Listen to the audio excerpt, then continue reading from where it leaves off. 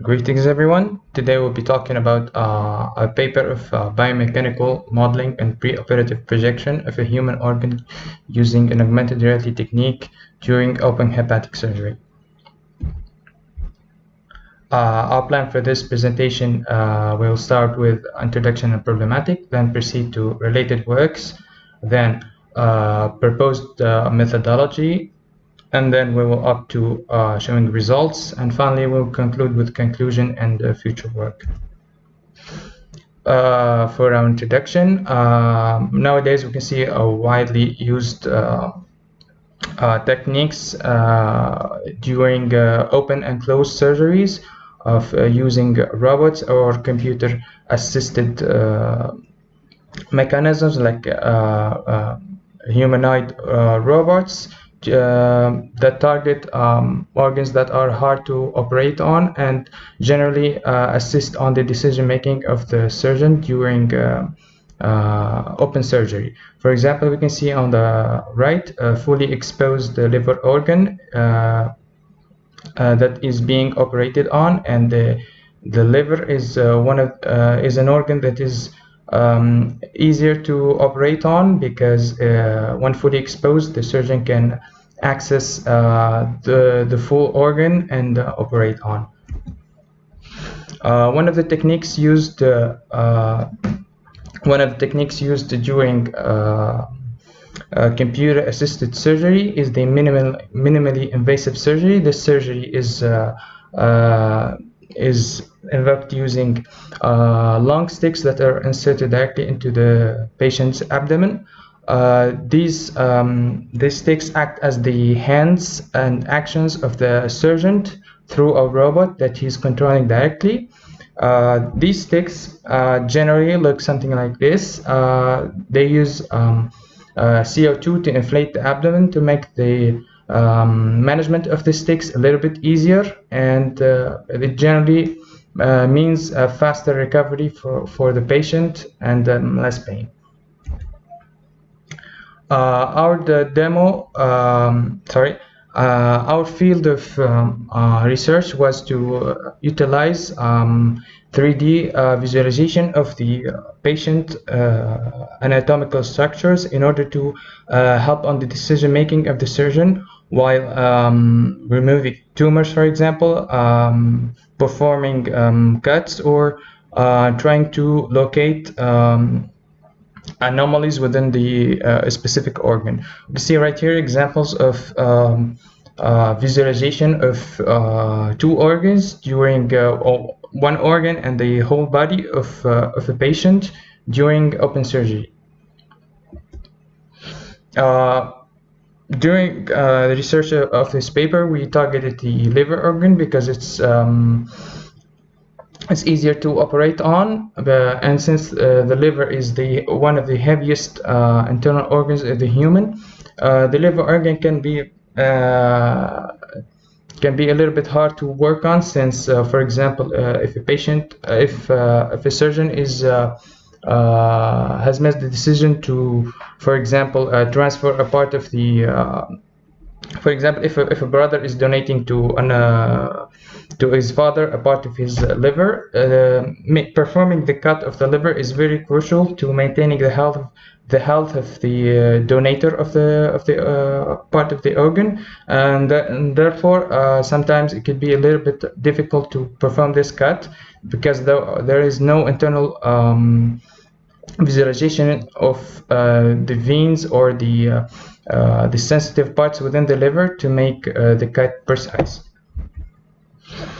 We will pass on to related works. One of the papers we try to make research on is the patient-specific biomechanical modeling for guidance during minimally invasive hepatic surgery. As you can see, there was this paper methodology made the reconstruction of the organ's internal structures into a 3D model, and then they performed segmentation on the liver to determine a 3D biomechanical model of that liver.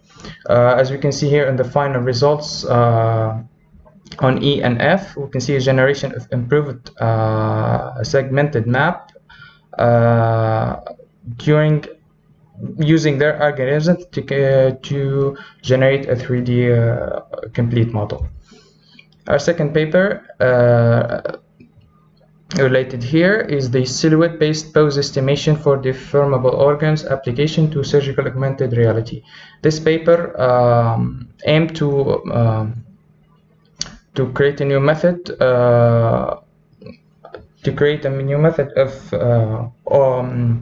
of the generated biomechanical model registration during the surgery. So as we can see in the image, they extracted the visible outline of the model with respect to camera's position during the operation. They performed an iterative closest point algorithm from 2D images to 3D perspective to determine contour of the organ in real time.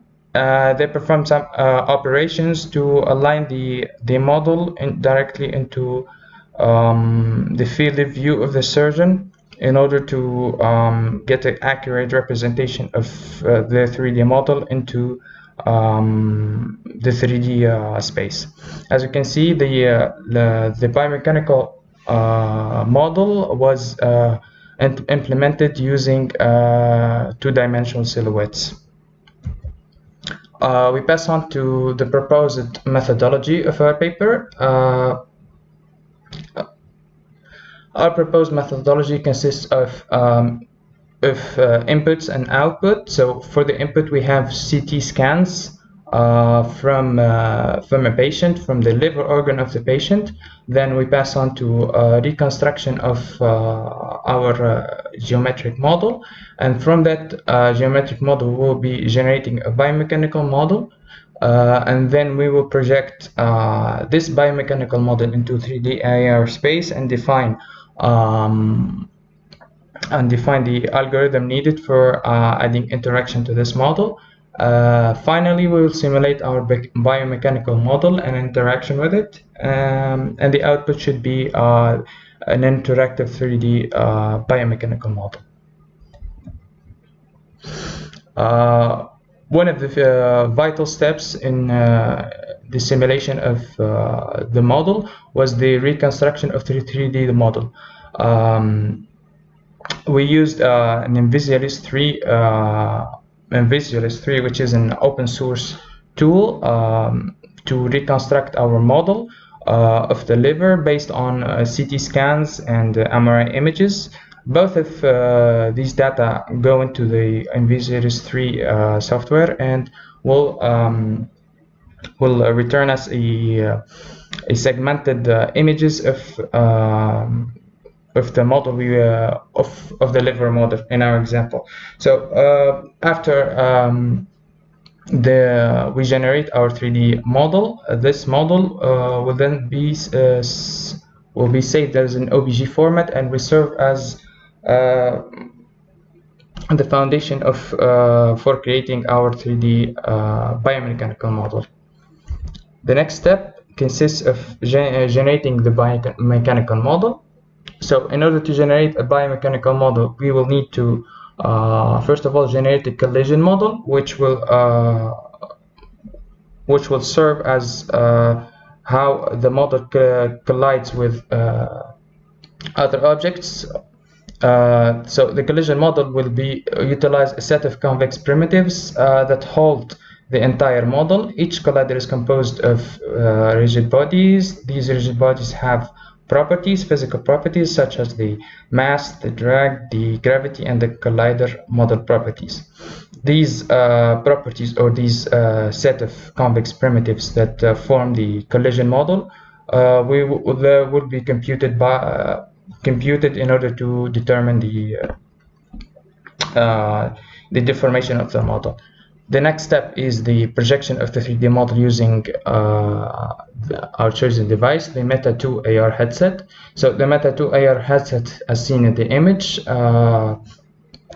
provides an SDK that is implementable directly in Unity. Some of its features include their tracking system, SLAM, There are meta camera prefab in Unity. They provide sensors data access to 3 cameras.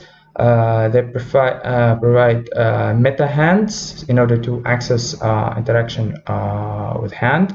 They provide a meta webcam as a preview, and also provide a surface reconstruction of the area to maintain the calibration. Our final step is the simulation of the biomechanical model. In this section, there are vital 3 steps in order to simulate our biomechanical model. So as a first step, we will generate and recalculate the group of convex mesh colliders that we mentioned earlier in order to estimate the mesh colliders position. And effectively the deformation of the model slightly. The second step is the meta interaction using the deform method. This deform method will compute the deformation direction normal, so the deformation direction normal vector from the position of the hand to the position of the first interaction with our biomechanical model. We calculate a list of affected vertices and their next velocity values, and these will be fed directly into the physics computation, which will update the rigid bodies of the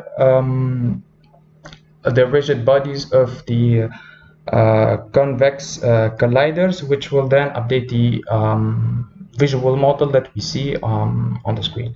The third step is the simulation of the model using the method fixed update, which is provided by Unity. It does physics update, which is very more frequent. This method computes the next velocity value for each affected vertex, which is dependent on different properties such as the mass, the drag, the gravity properties, the force applied, etc. Our proposed methodology of the simulation. So during the simulation, a condition should always be verified in order to update or not an interactive model. So if the velocity, if the values, so if we have an interaction with a model, there should be displaced vertices update, then the mesh is subsequently updated, and the corresponding normals should be recalculated of the affected area. We have a graph here to demonstrate that. So if the simulation should start, the fixed updater will loop for each physics frame independently and check if the mesh model has changed. And the other side, we have if we have an interaction with the model, there will be a collision detected, and there will be calculation of the vector normal and the force applied, and calculate the new vex group velocities and update the mesh model. This will invoke on the other side the mesh model changes and update the mesh data to new estimated positions, then recalculate the collider model, and finally update the visual model that we can see in real time. Here are some of the results. The biomechanical, you can see the biomechanical settings in a preview. On the right, we can see the generation of the global convex collider model, which is almost as an acceptable collision model of the 3D biomechanical model. The 2 images on the bottom, we can see the projected model on the left and the interaction with the model on the right. There is a slightly small deformation that you can see because it's a little bit harder to capture during real time, but it is there. The results of the deformation, we can see the scene set up in Unity. We have our biomechanical model geometry overview. We can see inside the biomechanical model, the velocities and rigid bodies, and the interaction script that we implemented. For our results, during the test that we made, the collider was adjusted to fill the needs with having multiple colliders. This allowed the interaction with the volume model to be more precise. Furthermore, the estimated group of vertices to deform, giving a calculated velocity that attenuates over time, were executed in the fixed update method, like we mentioned earlier, and consistently evaluate a new displaced position until the velocity values approximately nullify. This marks the end of the deform action and originated from the hand interaction. For conclusion and future work, in this paper, a new augmented reality approach is proposed in order to simulate the reconstructed model of the human liver organ. Given a set of pre-operative data such as CT and MRI images, a new methodology is established to generate and manipulate the biomechanical model. The results offered by the proposed approach are convenient, representing the efficient tool to help doctors during open hepatic surgery. Nevertheless, the accuracy of the simulation depends on the number of density of mesh colliders representing the surface of the biomechanical model, and therefore the precisionness of the interaction of the model. Thus, the future works will be focused mainly on the development of improved algorithms to manipulate the generated biomechanical model. These are some references for the related work, and thank you for your attention.